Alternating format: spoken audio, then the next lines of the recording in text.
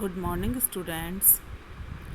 Today we will study about the natural vegetation and wildlife. The whole chapter we are dividing in the two parts. Firstly, we study about the natural vegetation, and in the second, we will study about the natural wildlife.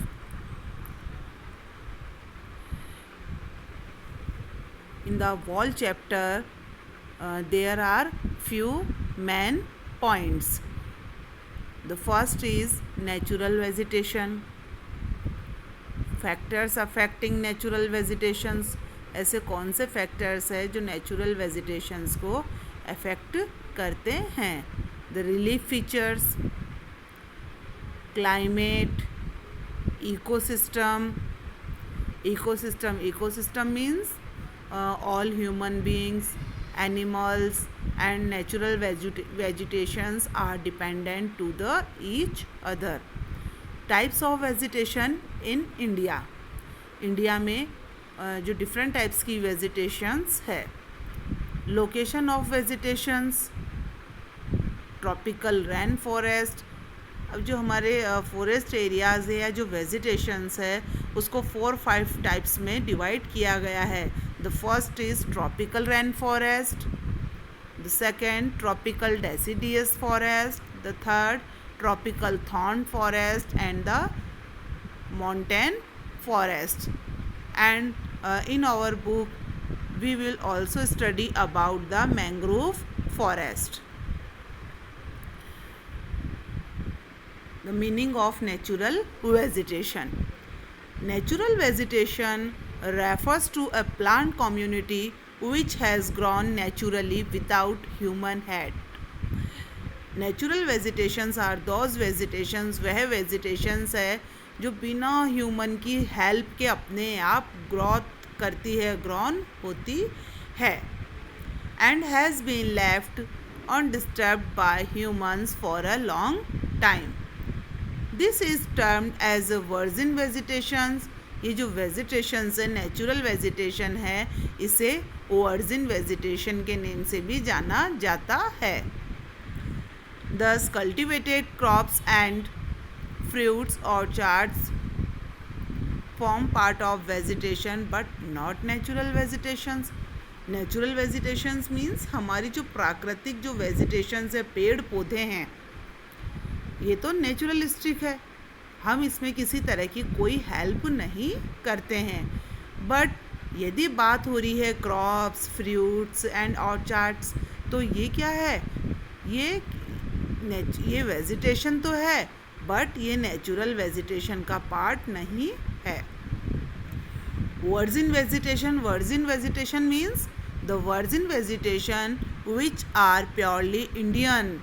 जो purely Indian हो, जो India की vegetation ही हो, India के जो पेड़ पौधे हैं इंडिया में ही जो ग्रोन होते हैं, आर नॉन एज एंडेमिक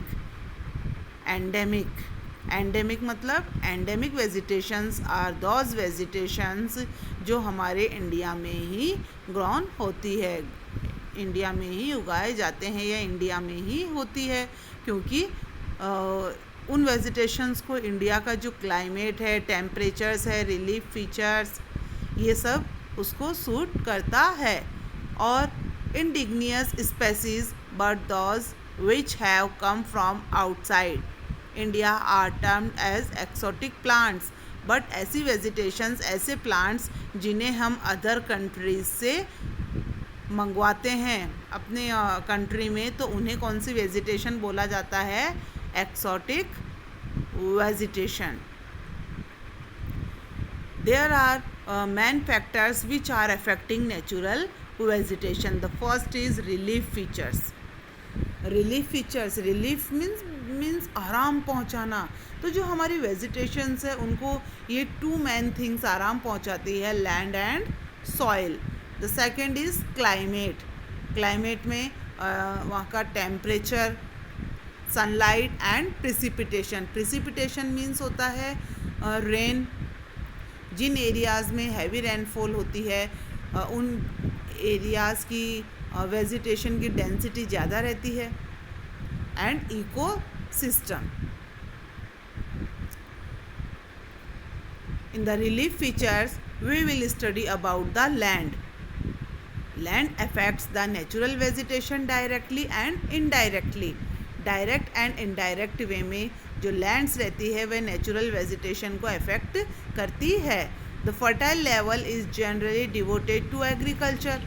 जो फर्टाइल लेवल रहता है, फर्टाइल जो लैंड्स रहती है, ये तो जनरली है कि वहाँ पे एग्रीकल्चर जो खेती वगैरह होती है वो फर्टाइल लैंड्स में ही की जाती है. The undulating and rough terrains are areas where grassland and woodlands develop and give shelter to a variety of wildlife. वहीं पे ऐसे एरियाज़ जहाँ पे जो अंडुलेटिंग एंड जो रफ टराइंस रहते हैं, जहाँ पे एक तरीके से जंगल, उन एरियाज़ में बहुत ज़्यादा मात्रा में जंगल फैल जाते हैं, ग्रासलैंड्स हो जाती है, वुडलैंड डेवलप हो जाते हैं. तो वो उन एरियाज़ को हम क्या बोलते हैं, जहाँ पे बहुत ज़्यादा पेड़ों की डेंसिटी रहती है, हम उन्हें बोलते हैं फॉरेस्ट, वुडलैंड्स. जो क्या करते हैं, give shelter to a variety of wild life. जहाँ पे पेड़ों की ज़्यादा डेंसिटी है, जहाँ पे जंगल है, तो जंगल ही क्या है, जंगल इज़ द जो शेल्टर है, छाया देते हैं किसको, wild life. Soil. The soil also vary over space. Different types of soil provide basis for different types of vegetations. Her area की सॉइल जो रहती है डिफरेंट रहती है एंड डिफरेंट टाइप्स की सॉइल के ऊपर डिफरेंट टाइप की वेजिटेशन पाई जाती है. द सैंडी सॉइल, जैसे रेगिस्तान की जो मिट्टी रहती है वहाँ पे वो केवल जो डेजर्ट किसको सपोर्ट करता है, desert support only cactus and thorny bushes. And वहीं पे जो वेट मार्शी मतलब जो दलदल कीचड़, एंड वेट जो हमेशा जो एकदम गीली जो सॉइल रहती है, जो वहाँ पे क्या होता है, वहाँ पे मैंग्रोव्स एंड डेल्टाइक वेजिटेशंस पाई जाती है. The hill slopes with some depth of soil have conical trees. Hills के कुछ स्लॉप्स एरियाज़ में या गहरी डेप्थ में कॉनिकल ट्रीज पाए जाते हैं. तो ये हो गई डिफरेंट टाइप्स की vegetation. Climate, temperature. The character and extent of vegetation are mainly determined by temperature along with humidity in air, precipitation and soil. तो क्लाइमेट में फर्स्ट पॉइंट है टेम्परेचर. तो टेम्परेचर से ही ये डिटरमाइन किया जाता है, निश्चित किया जाता है कि along with humidity in the air, precipitation and soil. precipitation मतलब वहाँ पर रेनफॉल कितना होता है, एयर एंड सॉइल, इनके थ्रू भी वेजिटेशंस का जो विस्तार है, एक्सटेंट है, इसको डिटरमाइन किया जाता है. Sunlight. Due to longer duration of sunlight, trees grow faster in summer. In the photosynthesis you studied about the कि जो हमारी वेजिटेशंस है, जो प्लांट्स है, जो ट्रीज़ है, उनको सनलाइट प्रॉपर वे में चाहिए. तो due to longer duration of sunlight, trees grow faster in summer. तो समर के अंदर ट्रीज फास्ट ग्रो होते हैं, वहीं पे they grow slowly in winter में बहुत धीरे ग्रो होते हैं. Precipitation. Areas of heavy rainfall have more dense vegetation as compare to other areas of less rainfall. जिन एरियाज़ में हैवी रेनफॉल होता है वहाँ पे पेड़ों की जो वेजिटेशंस है उसकी डेंसिटी ज़्यादा है. किसके कंपैरिजन में, जिन एरियाज़ में कम रेनफॉल होता है. तो जहाँ पे जितना रेनफॉल उतनी ज़्यादा वेजिटेशन, उतनी ज़्यादा पेड़ों की डेंसिटी. इकोसिस्टम. जो हमारा इकोसिस्टम है, इकोसिस्टम में सभी human beings, vegetations and wild lifes are dependent to the each other.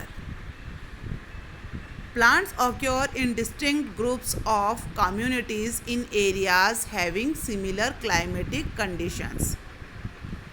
The nature of the plants in an area to a large extent determines the animal life in that area.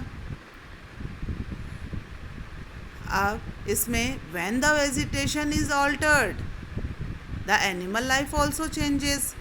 यदि हम जो vegetations रहती है, जो पेड़ पौधे रहते हैं, उनको अल्टर कर देते हैं, बदल देते हैं, तो वहाँ की एनिमल लाइफ भी बदल जाती है. All the plants and animals in an area are interdependent. Ecosystem के अकॉर्डिंग जो भी वेजिटेशंस रहती है, वाइल्ड लाइफ रहती है, वो इंटरडिपेंडेंट है एक दूसरे के ऊपर and interrelated to each other in their physical environment. Thus, forming an ecosystem, human beings are also an integral part of the ecosystem. Human beings मतलब हम खुद, हम भी क्या है, इनके ऊपर इंटीग्रल है, हम भी इनके ऊपर डिपेंडेंट है, हम भी इनसे इंटर रिलेटेड है, हम इनके ऊपर टिके हुए हैं. आज एक ह्यूमन बींग्स मनी अर्न कर सकता है, बट उसको जब जो उसकी बेसिक रिक्वायरमेंट्स है, जो क्लॉथ है, जो फूड है, वो उसके लिए वो किसके ऊपर डिपेंड है? एनिमल्स एंड वेजिटेशंस के ऊपर. एनिमल्स जो भी उनसे जो फूड मिलता है वो हम लेते हैं, प्लांट्स ट्रीज़ के थ्रू जो वेजिटेशंस है उनके थ्रू जो फूड मिलता है वो भी हम लेते हैं. तो क्या हुआ? ह्यूमन बींग्स भी इनके ऊपर डिपेंडेंट है. तो यही है इको सिस्टम.